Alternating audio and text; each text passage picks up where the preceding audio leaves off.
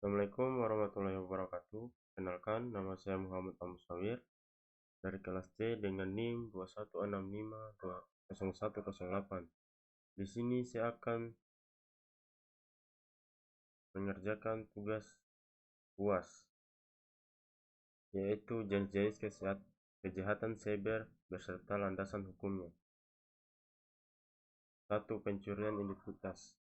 Seseorang mencuri informasi pribadi seseorang seperti nomor kartu kredit atau informasi akun bank untuk melakukan transaksi ilegal atas nama korban. Contoh kasus, wanita 24 tahun dipenjara 66 bulan atas pencurian identitas senilai 51,5 miliar. Pasal 362 KUHP, Kitab Undang-Undang Hukum Pidana, barang siapa mengambil barang sesuatu yang seluruhnya atau sebagian kepunyaan orang lain dengan maksud untuk dimiliki serta melawan hukum diancam karena pencurian. Sanksi dengan pidana penjara paling lama 5 tahun atau pidana denda paling banyak Rp900. 2. Phishing. Phishing adalah upaya untuk mendapatkan informasi data seseorang dengan teknik pengelabuan. Contoh kasus, Barreskrim tangkap 13 tersangka penipuan link phishing. Pasal hukum masing-masing berlaku dikenakan jeratan pasal 3,5 dan 10 UU tentang pencegahan tindak pidana pencucian uang (TPPU). Bunyi pasal 3 UU TPPU. Pasal 3 UU TPPU umumnya mengatur tentang tindakan pidana pencurian uang dan menjelaskan bahwa setiap orang dilarang melakukan pencucian uang. 3. Ransomware. Ransomware adalah jenis virus atau malware berbahaya yang digunakan untuk mengenkripsi data penggunaan atau suatu perangkat komputer atau jaringan. Aksi ini umumnya bertujuan untuk memberikan keuntungan tertentu yang berupa uang atau pembayaran lainnya. Contoh kasus serangan ransomware di Indonesia. BI pernah jadi sasaran.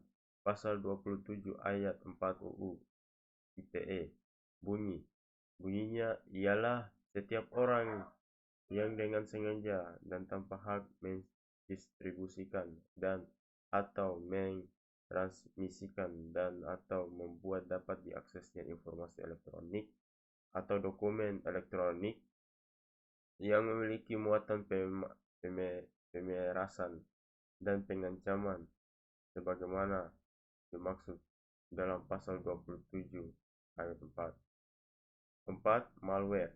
Malware adalah perangkat lunak yang diciptakan untuk menyusup atau merusak sistem komputer, server atau jejaring komputer tanpa izin dari pemilik dan memungkinkan terjadi pencucian data. Contoh kasusnya, awas ada malware Android yang tidak bisa dihapus. Pasal 34 UU ITE bunyi, bersihkan kategori pembuatan yang dilarang adalah setiap orang yang sengaja untuk dan tanpa hak atau melawan hukum memproduksi, menjual, mengadakan untuk digunakan, mengimpor, mendistribusikan, menyediakan atau memiliki perangkat keras, perangkat lunak, dan kode akses bagi pelanggar larangan. 5. Serangan DDoS. DDoS adalah serangan dunia maya di mana pelaku berupa membuat mesin atau sumber daya jaringan tidak tersedia bagi pengguna yang dituju dengan mengganggu layanan host yang terhubung ke internet untuk sementara atau tanpa batas. Contoh kasus, situs Konde.co kena serangan DDoS usai beritakan kasus pemerkosaan pegawai Kemenkop UKM. Pasal 33 UU ITE bunyi, bersihkan kategori perbuatan yang dilarang adalah setiap orang dengan sengaja dan tanpa hak atau melawan hukum melakukan tindakan apapun yang berakibat terganggunya sistem elektronik. Pornografi anak. Pornografi anak adalah tindakan pidana yang mengeksploitasi anak-anak dan termasuk sebagai pembuatan kejahatan seksual pada anak. Contoh kasus,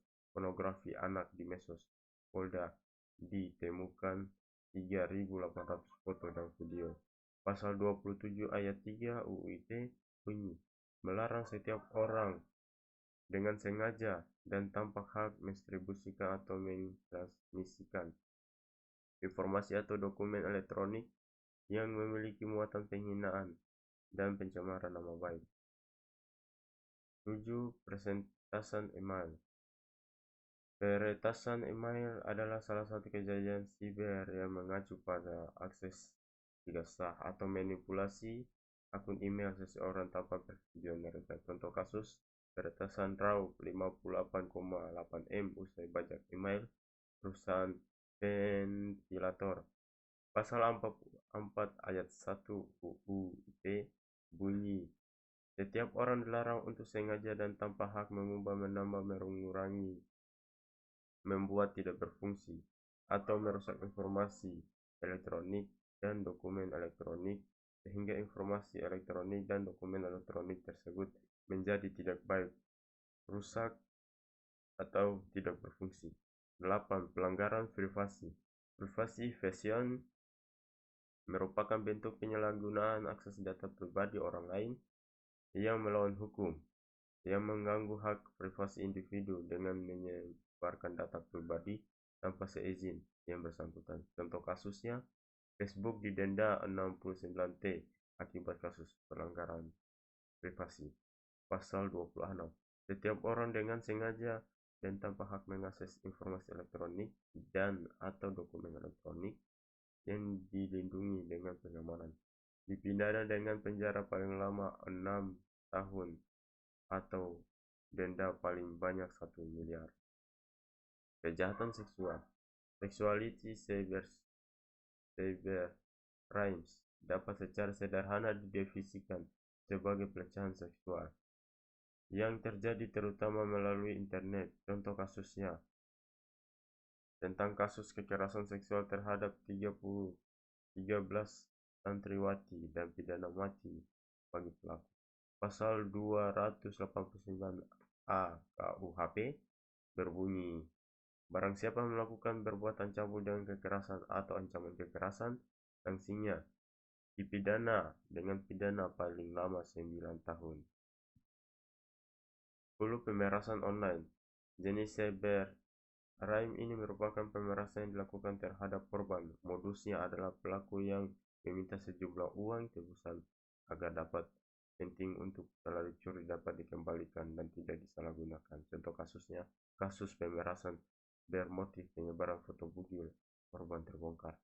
Pasal 368 KUHP bunyi, barang siapa dengan sengaja dan melawan hukum mengambil barang sesuatu yang seluruhnya atau sebagian kepunyaan orang lain dengan maksud untuk mencabut orang lain atau orang lain untuk menyerahkan sesuatu yang menjadi haknya atau hak orang lain, sanksinya dipidana dengan pidana penjara paling lama 5 tahun. Itu mungkin saja yang saya bisa presentasikan dari kasus kejahatan cyber, jenis-jenisnya beserta landasan hukumnya. Sekian dari saya, billahi taufiq wal hidayah. Wassalamualaikum warahmatullahi wabarakatuh.